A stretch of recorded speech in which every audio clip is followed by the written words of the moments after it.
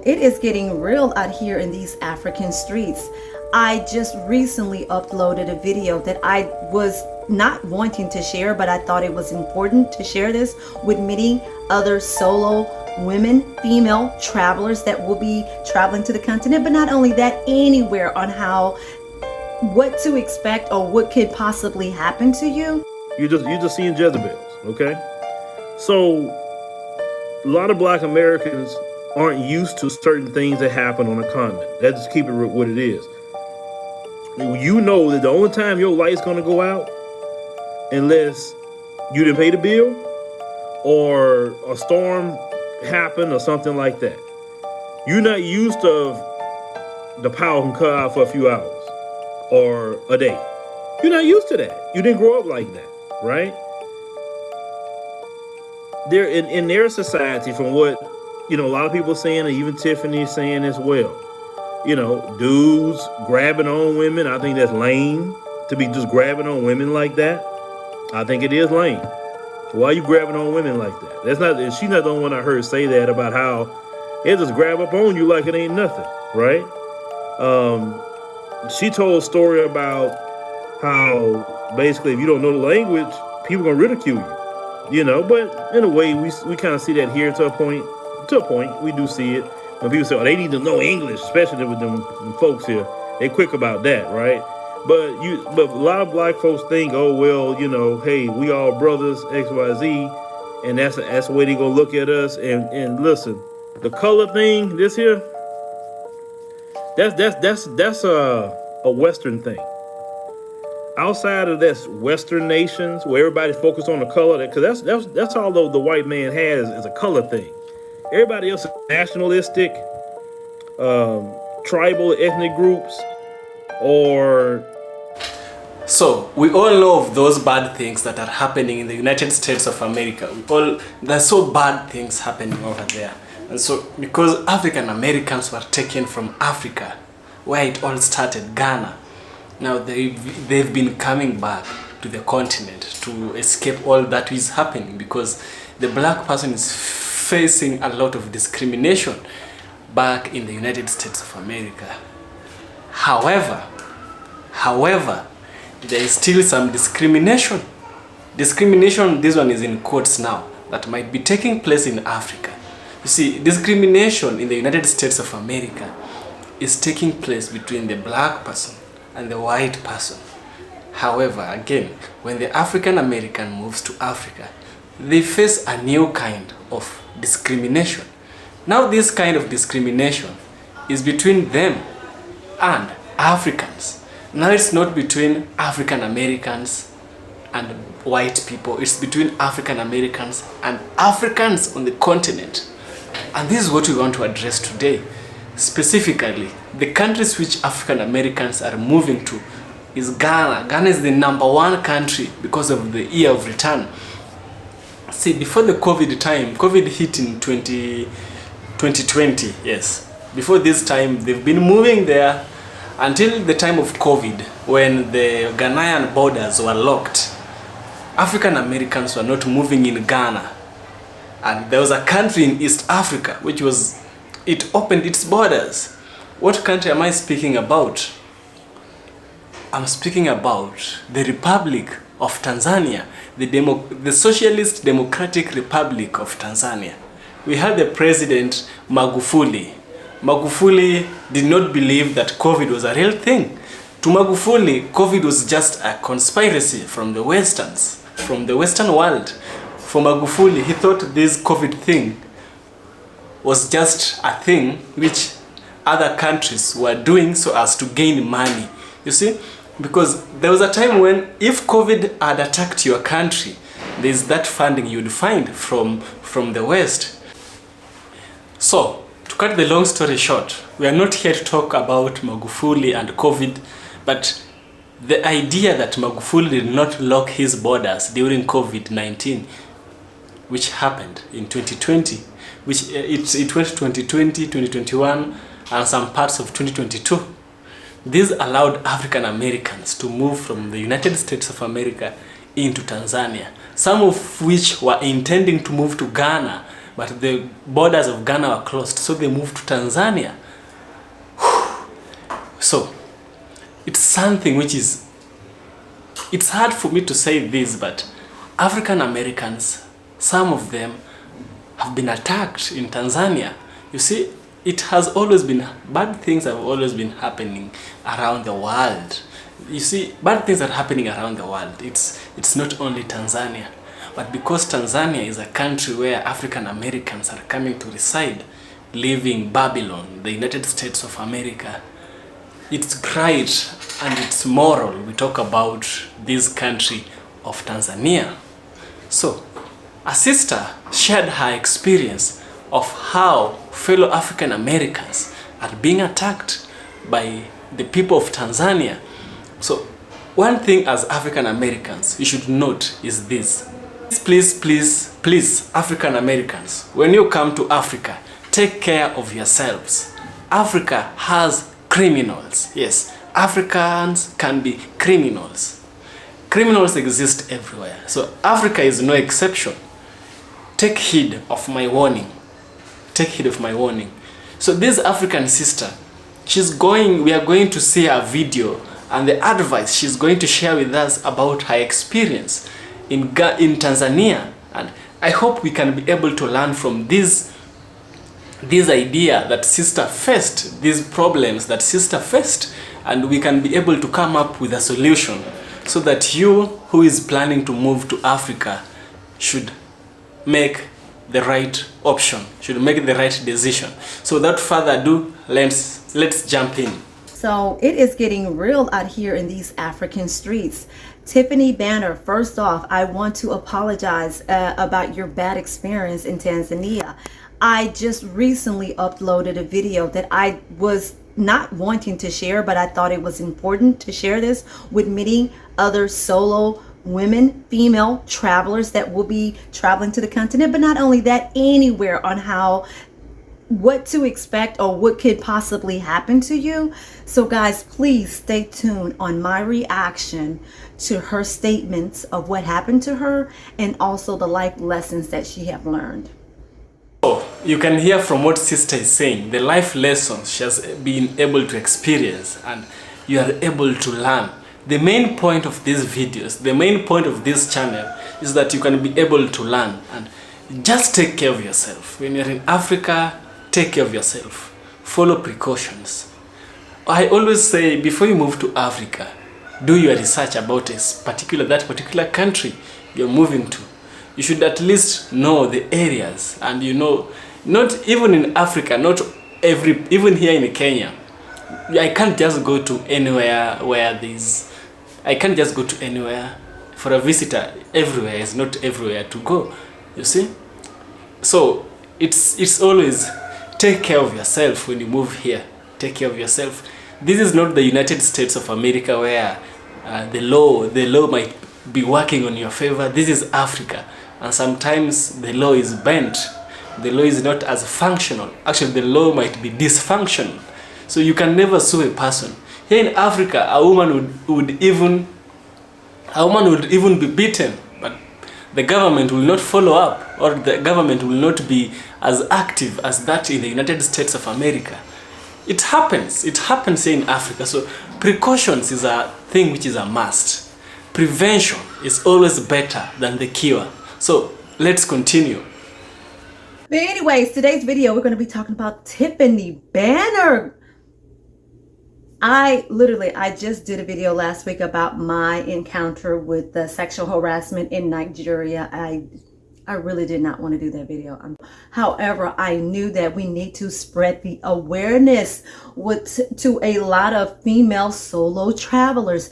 Even if you're not traveling to the continent of Africa, anywhere around the world, even in the US, we have to have precaution about ourselves on how to protect ourselves, and also to be aware of our surroundings and always be prepared for uncomfortable situations such as what Tiffany Banner have described in her video. She is another African-American repat that is relocating from Tanzania.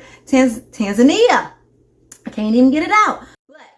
So we're going to go and dive just a little bit into her video explaining why she has relocated from Tanzania and she is now residing in Ghana in West Africa, where she feels a little bit more comfortable being surrounded by more African American repast, where she can find some type of family circle there and a circle of friends that she can develop relationships with, which is very important, guys. Very important when you're making that decision to repatriate to Africa. You have to build a network of friends and family so that you can look out for one another. So this is one thing that sister is saying, and I acknowledge this is true, and this is true to the core. Have some connection when you move to Africa. Don't move single-handedly that you know everything. Nobody really knows everything. Even myself in Kenya, even where I'm living right now, I need to have some connections. I can't just be living alone. Imagine if an African needs connection in Africa. How much connection do you think a person not from Africa needs in order to live in Africa? So you need some connection. You don't need to have big people in your circle. Even a single person, even one or two or three people, just them. They can be helpful to help you out throughout. See, always find a local. When you're planning to move to Tanzania, find a local friend or make some friends before you come, Contact some people. Find a local person, somebody that you think is genuine, study this person, study them. And if you find that you can trust them, then it's easy to follow up with them. It's easy to listen up, and they'll tell you, hey, this is not how we do this. If you do this way, you're gonna harm yourself. So the way to go is you change this and you change that. That's the way to go. Always find connections. Connections will help you out. Even here where I'm living, when we are moving for a vacation, I can tell my neighbor, hey, check out my house, check the house for me. So even where I am, I'm certain to some degree that my house is safe, our house is safe, and that is an African living in Africa. How about someone who is not from Africa, who wants to live in Africa? So this is so much important. When you want to move to Africa, make some connections. Don't underestimate this. And sister here is saying the truth for what it is. She's saying the truth for what it is. Making connection will even help you not to be overpriced. Making connection will be of safety, will be cost efficient, will be you are creating a family here in Africa. You can't live alone. You can never live alone. It's so hard. It's so hard. For those who have tried, it's very, very hard. You need a local person's assistance. That is what you need when you move to Africa. So let's continue. So we're going to start with a video where she explains about an incident, an unfortunate, crazy, uncomfortable incident where a Bolt driver, which is also equivalent to Uber and Lyft here in the U.S., that literally attacked her. You hear that? These men are being too aggressive in the African continent, and we need to spread this out so that people can protect themselves. Not only am I going to show this video clip of Tiffany Banner, I'm also going to squeeze in a video of Naomi's life that also explain why, one of the reasons why she had relocated out of Tanzania and went to Ghana. And she also had another Bolt driver that aggressively attacked her as well. So we can see that this problem with the Bolt drivers is not a problem of Tanzania. Just as I told you before, crime is always there everywhere and anywhere. We will always be having crime. And so for her, for Tiffany Banner, it was a Bolt driver in Tanzania. For a sister called Naomi, who is also happening to be an African American, was attacked by a Bolt driver. Where was this? This was in Ghana. What does this tell you? It tells you that you should take care of yourself. You see, Bolt drivers, even sometimes here in Kenya, we always have to be careful. They can even call you a woman. and you're there and you see a Bolt driver calling them, saying, let's meet. This is your woman, and a Bolt driver is calling them. I've seen it happening to me. I didn't like it.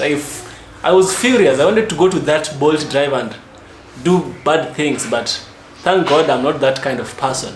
But I felt that anger when somebody was trying to misuse my woman, and he was a Bolt driver.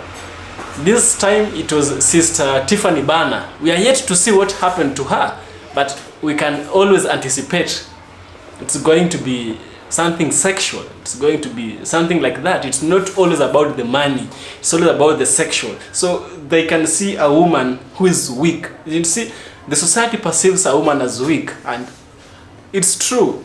The physique of women is not like that of male. We are stronger, we are muscular. Ladies are soft. And so, these Bolt drivers who are not real men, but perverts, take advantage of these women. So, African American girl, African American woman, it's really, really important that you watch this video with an open mindset. Learn from it. This is not a problem of Tanzania. I'm repeating again. It is a problem of Africa. People are attacking women. Women are always being attacked in Africa. I repeat again, women are always being attacked in Africa because we perceive women as weak. It is something which happens. It always happens. So let's continue and get to know what happened to Sister Tiffany Banner. And I would like to give a few disclaimers before I start this video.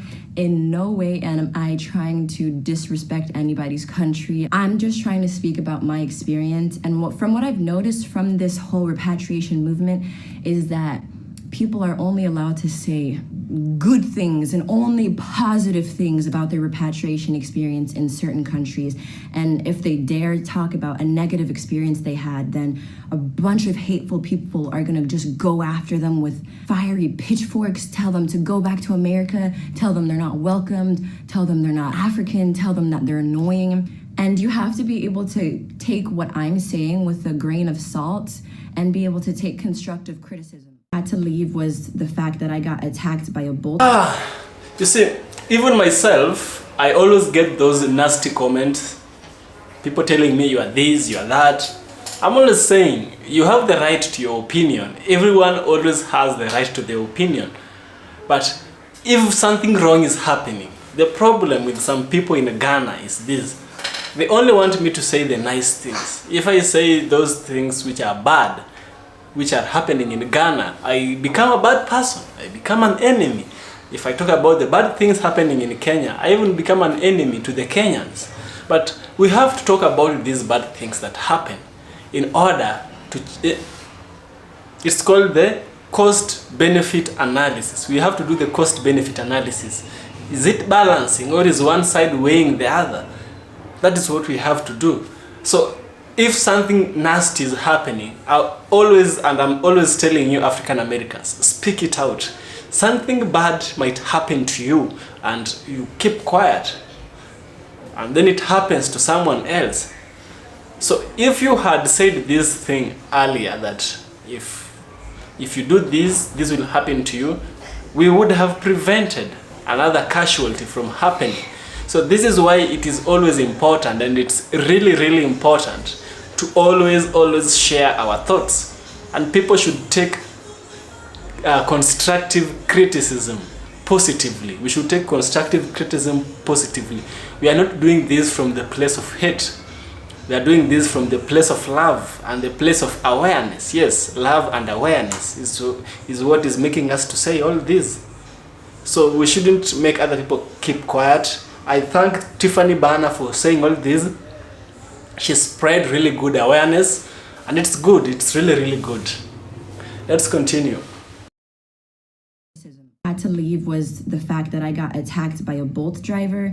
If you don't know what Bolt is, it's kind of like Uber. It's cheaper. This incident happened all the way back in January, and I didn't want to tell anybody about it because I didn't want to make anybody's country look bad. I didn't want to put bad publicity on any country, so I decided to keep it to myself, although it was extremely traumatizing. So what happened was I was, just riding in the Bolt car, and I should have noticed that he was really off in the beginning. He was just giving me like a death stare the whole time, the whole ride. I don't know if it was because of my accent or whatever, but and when I was trying to find him in the parking lot, he didn't move the entire time. He just sat in his car. And then when I finally found him, he was giving me the ultimate death stare. So we were driving, and then all of a sudden he drops me off in a random location. He ended the trip early and said, "Give me money." And then I was just sitting there. I was like, I can't give you any money until you drop me off in my proper location. I don't know where I am. You can't just end a trip, drop someone off in the middle of the street, and then tell them to give you money. When I told that to him, he grabbed my arm. He was like squeezing my arm so aggressively. And when I was trying to click out of my seatbelt, he put his hand on the seatbelt so I couldn't click out. So he was like low-key kidnapping me. And this was January time, so this is when my accident was fresh. So I was really, really, really so afraid that he would try to like bash my head in or something. Just to keep in mind, this was a really, really traumatic event that happened to me. So I don't want to hear anybody being disrespectful. I'm speaking about my experience, okay? I was literally sobbing with tears. I was like, get off of me, stop this. You expect me to give you money if you're like literally have your hands on me? I didn't even know what to do. I just felt so helpless in that moment. And keep in mind, this was also in broad daylight. I literally called out to a man that was like on the opposite side of the car, and I was like, please, please help me. I was screaming, and the man got scared and just walked away. And the Bolt driver literally snatched my phone out of my hand because I was trying to call my friend, and I was just trying to show her everything that was happening. I was like, please, Lord, Creator, whoever you believe in, please save me. I'm so terrified right now. Eventually, I managed to get my phone back, so I started to call my friend. He still had his hand on the seatbelt, so I couldn't go anywhere. So I called my friend and made sure to put it on video call, and she was just crying. I was crying. It was honestly one of the most traumatic things that happened to me. And eventually I managed to escape, and I had to run away on a boda, and he was like going as fast as he can.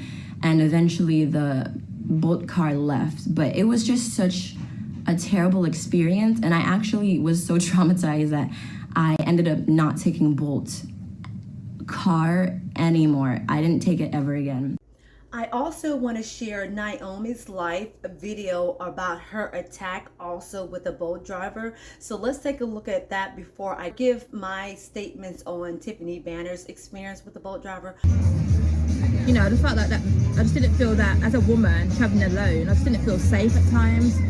On a couple of occasions, I caught bolts, yeah. And the Bolt driver in Tanzania, whenever you catch a bolt, no one has to change. And people have told me that they do it on purpose, because if they don't have change, then more than likely they get to keep the note. So I'll show you my leg. So, for instance, if my fare was 13,000 Ghana Tanzanian shilling, and I had a 20,000 note, they'd say they don't have change. So on an occasion, this happened on a couple of occasions, they don't have change. So now, on one occasion, so we got to a local M-Pesa, which is same as like mobile money here in Ghana. And he said he didn't have change neither. He's a guy that I know. I pass his shop every single day, but he didn't have no change. So I'll get out of the car and I'll give the man the money and say, here's the 10,000, go and get change, come back and you get the other. He comes out the car, grabs me and says, he comes out of his car and goes, you're not going nowhere, I want my money. I went, I've given you my money, you don't have change, go and get the change and I'll come back. And then come back, sorry. This man then gets out of his, comes up to me and grabs my hair and my clothes like this. Because you're not going anywhere. I was like, what? Why? And the other man who knows me from the area was just standing there. They start talking Kiswahili, so I don't know what they're saying to each other. So I said to the man, why are you grabbing me? You're not going without paid. I was like, hold on a minute, I paid you when I got home. You didn't have change. So how am I in the wrong, or why are you grabbing me? And that starts dragging me and pulling me, going, yeah, you think you're going to leave me without no money? You think you're not going to pay the fare? I went, you're misunderstanding me. You don't have the change. I said to him, I went, get off me now, get off me. He's going, what? You're gonna hit me? Hit me then, hit me. I went, hit ya. I went, get off me now. So I kind of dragged myself off him, but then he grabbed my other side of my hair and my clothes. I was so mad and I was so scared, but the man that knew me just stood there. Because there's a kind of a code in Tanzania that they stick together no matter what. In Ghana here, yeah, no man is gonna watch another man grab a woman, I'm telling ya. Men have so much respect for women here, but I think that because of the lack of respect that I've seen, I'm not trying to get at Tanzanians, this is my president. So, this issue of men grabbing women by their hands and pulling them, I've seen and I've heard it very many times now. In Tanzania, it's something which is rampant. Men grabbing women just like that. It's very, very rampant. And I was like, what? Why? And the other man who knows me from the area is just standing there. They start talking Kiswahili, so I don't know what they're saying to each other. So I said to the man, why are you grabbing me?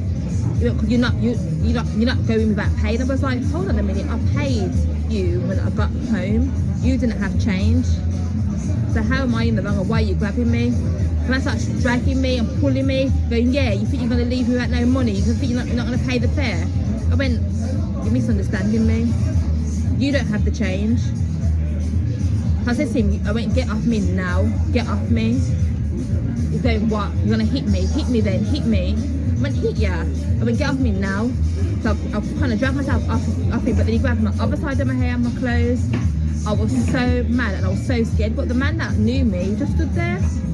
Because there's a kind of a code in Tanzania that they stick together no matter what. In Ghana here, yeah, no man is going to watch another man grab a woman, I'm telling ya. Men have so much respect for women here, but I think that because of the lack of... let me cut the sister short. So this is a problem I have noticed and I've had it so many times happening in Tanzania. In Tanzania, the men really don't respect the women. It's happening.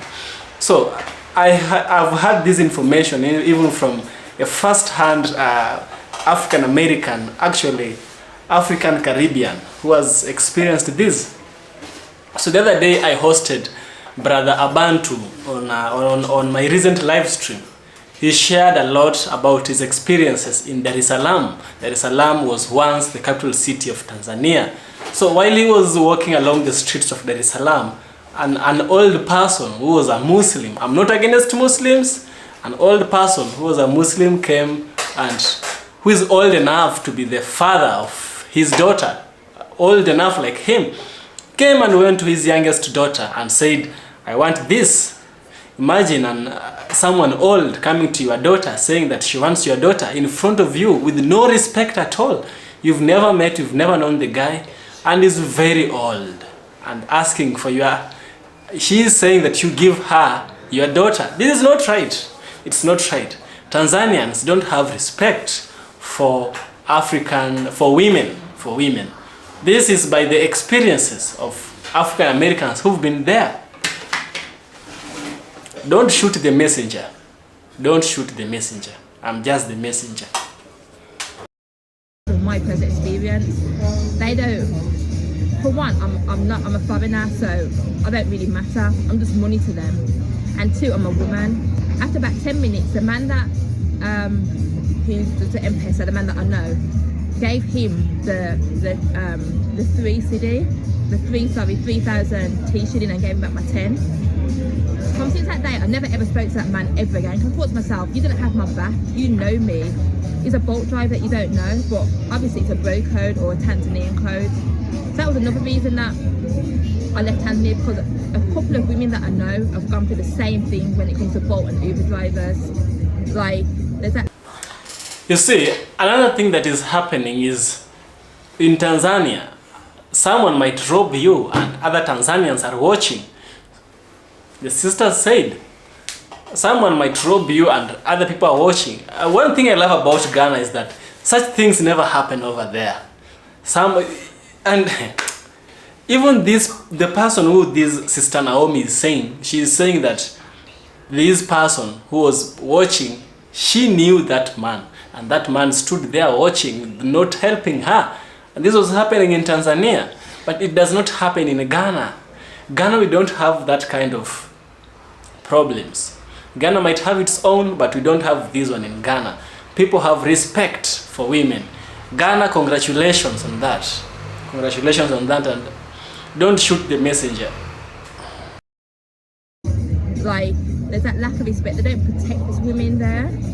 And I don't want to get loads of backlash for this, but this is my truth. It happened to me a couple of times. And something like that, I didn't really feel comfortable. Because whenever I went out, it's like I had to kind of have like a battle shield. Like I thought, I'm going out to battle now. What's going to happen today? From that day, I only caught fights. So I thought to myself, I didn't want to be in a car with a man where he could lock the door on me or anything. So I caught fights from that day. Okay, so we had two scenarios dealing with boat drivers in Tanzania, which is so unfortunate. One where Tiffany Banner had the driver took her to a destination that she was not going to, and then he got aggressive with her, trying to demand money from her. And this was in broad daylight, even though she was screaming for help, and other male passerby were not even trying to protect or save her. And it's like, wow, okay, the men doesn't care about, you know, the women that are there. They're like, wow, how frightening could that be, where people see you in danger and yet they're not there to try to protect you. So thankfully she got out of that situation safely, unharmed, maybe, you know, with a few just being frightened by the whole situation, and just with him touching her alone and being aggressive and taking her phone. And thankfully she got her phone back, because those phones are mad expensive. But then not only that, you know, she's so traumatized by this incident to where she does not even feel comfortable going back to request another boat driver. Like, wow, like that. So now you saw the video of Naomi, right? And she explained about her experience, how the boat driver was, one, trying to take advantage of the money situation again. And listen to these ladies who are telling these stories, including myself. Why? Because you can be in this situation, not trying to speak it into existence, no, but keep yourself aware of your surroundings. Could you imagine how many other more women who could be experiencing that? And if the word get out, if we can just put the word out, so those who are in these particular countries that could possibly, you can save somebody, right? These women can know, oh wow, this happened to Tiffany, this happened to Naomi, this happened to Liz, finish the race. Let me make sure that I'm on my PCQs and I'm watching my my surroundings, and I'm taking the extra precaution to protect myself. I have, you know, a knife on me, some mace on me, something that you know that you can use to protect yourself, some type of defensive, you know. Exodus 87. I know I'm going to be taking them. Here, I would disagree with sister about fighting a man in Tanzania. If you fight the man in Tanzania, I think it will escalate the issue. Even the nature of the situation might change. It might be you are now attacking him. They will gaslight you. You see, and this is a big problem. A lot has been said by the sister, and I hope we've learned something from the experiences of Naomi and the experiences from Tiffany Banner. The experiences of this lady might just be projecting the experiences, the untold experiences of African American women who are experiencing the same difficulties but have not been able to speak it out. My advice to African Americans moving to Africa is that if you experience anything wrong, anything that you think, you perceive is not natural and it's not okay, it's always good to share your experience so that we can be able to warn others. And I would kind of deny the last advice of our sister, the one who was speaking. To resort to combat is not the right advice. Resorting to combat might rapidly change the situations to something worse. And I hope you're learning from this, and kindly enjoy your journey to Africa as you come and join together with us. We value you, and that's why we are sharing this advice with you. Take precautions before you move to Africa. Without without further ado, let's end the video and kindly do subscribe. It helps your boy a lot.